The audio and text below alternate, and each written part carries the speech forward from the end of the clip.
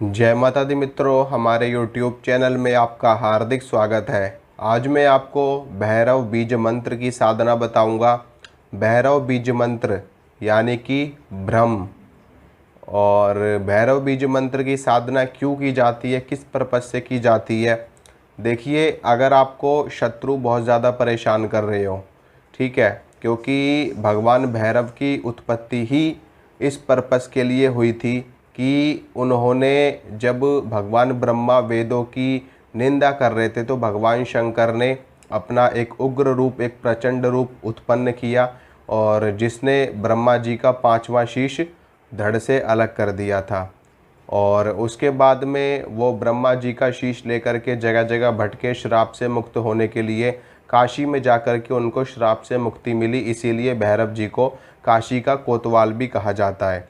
तो भैरव, भय हरणम च भैरवः, जो भय से मुक्त कर दे, जो शत्रुओं का विध्वंस कर दे, जो भूत प्रेत बाधा को दूर कर दे, जो शत्रु बाधा को दूर कर दे, जो किसी भी प्रकार का भय हो, चाहे वो चोरों का भय हो, डाकुओं का भय हो, शत्रुओं का भय हो, जीव जंतुओं का भय हो, ठीक है, और कोर्ट कचहरी का भय हो, या फिर किसी के द्वारा कोई सताया जा रहा हो, या फिर किसी भी प्रकार का भय आपके मन के अंदर हो, चाहे भूत प्रेत का हो, आपके ऊपर कोई भूत प्रेत तंत्र किसी ने कर रखा हो, कोई नेगेटिव शक्ति आपके ऊपर छोड़ रखी हो, आपके अंदर नकारात्मक ऊर्जा हो, कोई चीज़ आपके अंदर हो, कोई आपके ऊपर कोई चीज़ खेलती हो बुरी शक्ति, या फिर किसी भी तरह की कोई भी नेगेटिव शक्ति के कारण आपको डर लगता हो, तो आप भैरव जी के बीज मंत्र का जप कर सकते हैं।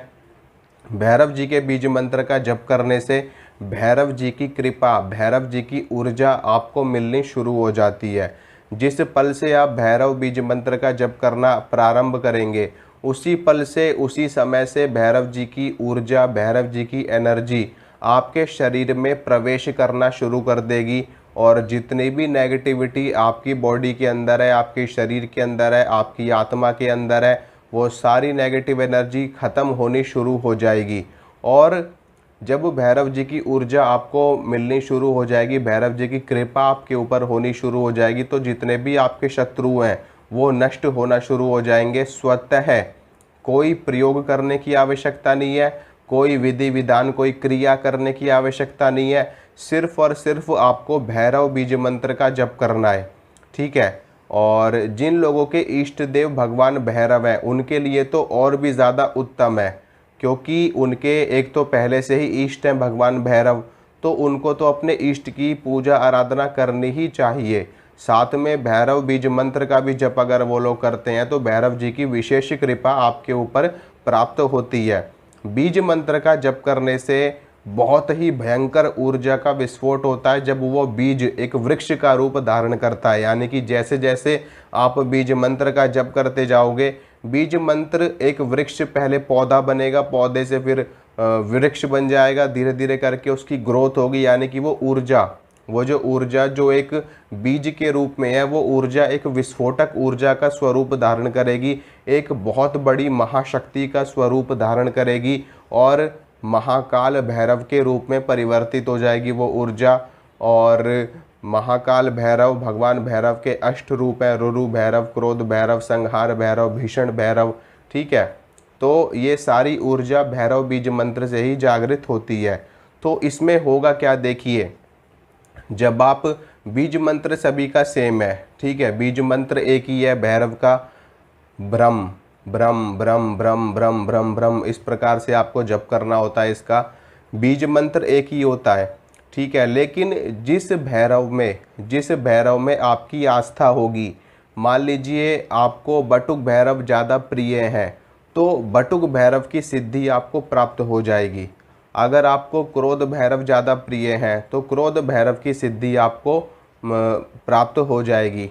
अगर आपको कपाल भैरव प्रिय हैं तो कपाल भैरव की सिद्धि आपको प्राप्त हो जाएगी। अगर आपको महाकाल भैरव ज़्यादा प्रिय हैं तो उनकी सिद्धि आपको प्राप्त हो जाएगी।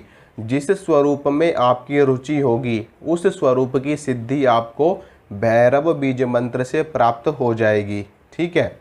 तो आपको करना क्या है, कोई बहुत लंबा चौड़ा विधि विधान नहीं है, बिल्कुल सामान्य से आपको सबसे पहले स्नान कर लेना है। स्नान करने के बाद में आपको शुद्ध वस्त्र धारण करने हैं। उसके बाद में आपको स्नान तो आपने कर ही लिया है, अगर आप पवित्रीकरण जानते हैं तो कर लीजिए, नहीं तो वो भी करने की आवश्यकता नहीं है। शुद्ध वस्त्र धारण करिए और उसके बाद में एक आसन लीजिए, आसन के ऊपर बैठ जाइए। अपने समक्ष सरसों के तेल का दीपक प्रज्वलित कीजिए और एक जल का पात्र रखिए। जल का पात्र रखने की भी आवश्यकता अगर आपको लगता है कि नहीं है, या फिर आप ऐसे स्थान पे रहते हैं जहाँ पर ये सारी चीज़ें आप नहीं कर सकते, तो वो भी करने की आवश्यकता नहीं है। सिर्फ एक सरसों के तेल का दीपक जलाइए। अगर वो भी आपको ऐसा प्रतीत होता है कि ये भी मैं रोज़ रोज़ नहीं कर सकता, तो ये भी मेरे बस की नहीं है, तो वो भी करने की आवश्यकता नहीं है। बस अगर आप स्नान भी नहीं कर सकते तो वो भी मत कीजिए, खाली हाथ मुँह धोइए बढ़िया तरीके से और उसके बाद में शुद्ध वस्त्र धारण करिए। आसन के ऊपर विराजमान हो जाइए। आसन के ऊपर बैठने के बाद में आपको क्या करना है कि बस भैरव बीज मंत्र का जप आपको मानसिक रूप से करना है। ठीक है, अपने मन ही मन में आपको ब्रह्म ब्रह्म ब्रह्म ब्रह्म ब्रह्म ब्रह्म ब्रह्म इस प्रकार से बोलना है। अगर आपको मानसिक जप करने में कठिनाई होती है तो आप बोल करके भी कर सकते हो। ठीक है, ब्रह्म ब्रह्म ब्रह्म ब्रह्म इस प्रकार से उपांशु कर सकते हो, इस प्रकार से मानसिक जप कर सकते हो, उपांशु जप कर सकते हो और वाचिक जप कर सकते हो। तो इसमें सिर्फ आपको जप करना है बस, इसके अलावा कुछ भी नहीं करना आपको। अगर आप बाकी के कर्मकांड कर सकते हो तो बहुत ही ज़्यादा उत्तम है। आपकी पूजा में 4 चांद लग जाएंगे, आपकी पूजा निखर जाएगी, आपकी साधना निखर जाएगी। एक विधि पूर्वक की गई पूजा में जो रिजल्ट्स आते हैं वो बहुत ही बेहतर होते हैं और वो हमें तत्काल प्रभाव देने में सक्षम होते हैं। इसीलिए जो ये अनुष्ठान किए जाते हैं, तंत्र साधनाएं करी जाती हैं, भगवान भैरव की साधना भी लोग वाम मार्ग से भी करते हैं और दक्षिण मार्ग से भी करते हैं। तो आपका जो भी मार्ग है, जो भी मार्ग आपको प्रिय है, अगर आप मांस मदिरा का भोग भगवान भैरव को दे सकते हैं तो वो भी आप दे सकते हैं। अगर आप सात्विक रूप से भैरव जी की साधना करना चाहते हैं तो सात्विक रूप से आप उनकी साधना कर सकते हैं। और जो लोग शराब चढ़ा सकते हैं वो लोग शराब चढ़ा सकते हैं। जो लोग फल फूल और ये उड़द की दाल के पकोड़े आप चढ़ा सकते हो, इमरती चढ़ा सकते हो, दही चढ़ा सकते हो, दूध चढ़ा सकते हो और इसमें आप भैरव जी को बूंदी के लड्डू चढ़ा सकते हो, रोट का भोग आप भैरव जी को लगा सकते हो। तो ये सारी चीज़ें भी भैरव जी को चढ़ाई जाती है और भोग लगाने वाले लोग तो शराब का भोग भी भैरव जी को देते हैं। तो अपनी अपनी साधना करने की पद्धति होती है, अपना अपना साधना करने का तरीका होता है। किसी को वाम मार्ग में अधिक रुचि होती है तो किसी को दक्षिण मार्ग में अधिक रुचि होती है। जिस मार्ग में आपकी रुचि है उस मार्ग के अनुसार आपको साधना करनी चाहिए, या जैसा आपके गुरु ने आपको सिखाया है वैसी साधना करनी चाहिए।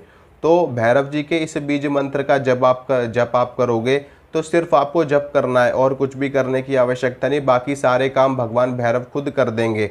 आपके शत्रुओं का नाश खुद ब खुद होने लगेगा। आपके जो भी प्रत्यक्ष शत्रु है, यानी कि जो सामने से वार करने वाले, वो भी नष्ट हो जाएंगे।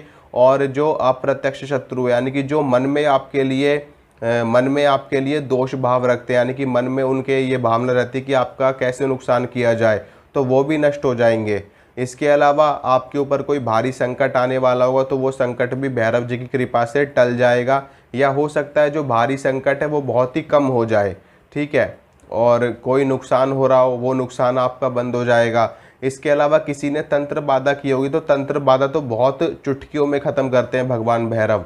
ठीक है, तंत्र मंत्र बाधाओं, भूत प्रेत की बाधाओं, चुड़ैल, ऊपरी हवा की बाधाओं, किए कराई की बाधाओं, टोना हो, जादू हो, मंत्र किसी ने मारा हो, या किसी भी प्रकार की कोई मैली विद्या कर रखी हो, कोई मसानी क्रिया कर रखी हो किसी ने, या किसी ने कोई पुतले की बलि दे रखी हो, या बहुत सारी छोटे बड़े हर प्रकार के तंत्र क्रियाएं होती हैं, उनमें से किसी ने कुछ भी कर रखा हो वो तत्काल नष्ट हो जाएगा। लेकिन ऐसा नहीं है कि आपने अभी भैरव जी के मंत्र का जप करना प्रारंभ किया और आप अभी रिजल्ट चाहते हो। नहीं, हर चीज़ में समय लगता है। कम से कम आप भैरव बीज मंत्र का जप करना शुरू करिए। महीने सवा महीने में आपको इसका फ़र्क भी दिखना शुरू हो जाएगा। आपका ध्यान लगने लगेगा, आपकी कुंडलिनी शक्ति जागृत होनी शुरू हो जाएगी, आपका मन लगने लगेगा। जिस काम को आपकी करने की इच्छा है उस काम को आप करना शुरू कर दोगे भैरव जी की कृपा से। बस आपको एक चीज़ करनी है कि हर रविवार को या फिर शनिवार को भैरव जी की पूजा दोनों दिन होती है, शनिवार को भी होती है और रविवार को भी होती है। तो हफ्ते में एक दिन भैरव जी को भोग प्रसाद आपको अवश्य देना है। 2 बूंदी के लड्डू आप या तो शनिवार को दे देना भैरव जी को या फिर रविवार को, या फिर आप अग्यारी करके भी उनको भोग दे सकते हो। ठीक है, उपले की आंच बना लेना गैस के ऊपर और उसको प्रज्वलित करके आप उस पर भी लड्डू का भोग भैरव जी को दे सकते हो। नहीं तो आप भैरव जी के मंदिर में जा कर के उनको भोग दे सकते हो, और या फिर आप अपने पूजा घर में भैरव जी की फ़ोटो रख लो और उनके समक्ष आप 2 बूंदी के लड्डू उनको चढ़ा दो। बाद में वो प्रसाद स्वरूप में आप स्वयं ग्रहण कर सकते हो, अपने परिवार वालों को खिला सकते हो। तो भैरव जी की उपासना करना बहुत ही ज़्यादा फलदायक होता है। और जिस प्रकार से आप हनुमान जी की पूजा कर रहे हो, माँ दुर्गा की कर रहे हो, विष्णु जी की कर रहे हो, शंकर जी की कर रहे हो, लक्ष्मी जी की, सरस्वती जी की, काली जी की कर रहे हो, वैसे ही भैरव जी की भी पूजा आराधना करी जाती है।